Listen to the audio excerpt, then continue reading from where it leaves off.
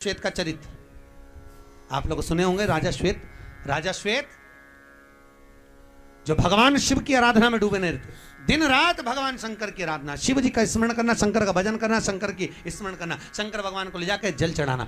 सारे 33 कोटि देवताओं में केवल एक देव अधिदेव महादेव एक ऐसे हैं जो अपनी मस्ती में रहते हैं महाराज। और दुनिया के लोग उनके भगत भी ऐसे हैं, जब फुर्सत जब फ्री तब लोटा में पानी भरा, शंकर जी को ले जाकर चढ़ा दिया। और कहीं कहीं के तो इतने आलसी कि मंदिर का ही लोटा, कलश भी मंदिर का, शंकर भी मंदिर का और पानी भी मंदिर का, वहीं से भर के वहीं उठा के चढ़ा दे। शंकर भगवान भी मन में सोचे आई काय को तेरे घर ही आ जाता वहीं चढ़ा देती, इतना भी कष्ट काय को करा। सबसे सरल महाराज, पहले के समय में 2 दोष नहीं होते थे घर में, एक पितृदोष, दूसरा वास्तु दोष। होता था क्या?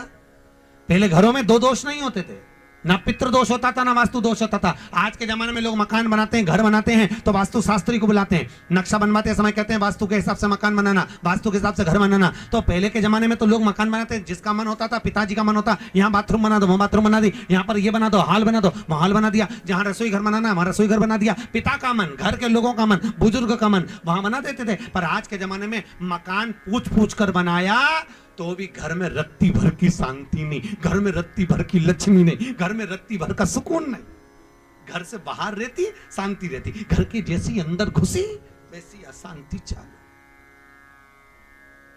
फिर किसी को बुलाया, हमारे घर में क्या हो गया? वास्तु दोष, पितृदोष। पहले के जमाने में 2 दोष नहीं होते थे, ना पितृदोष होता था ना वास्तु दोष होता था। क्यों?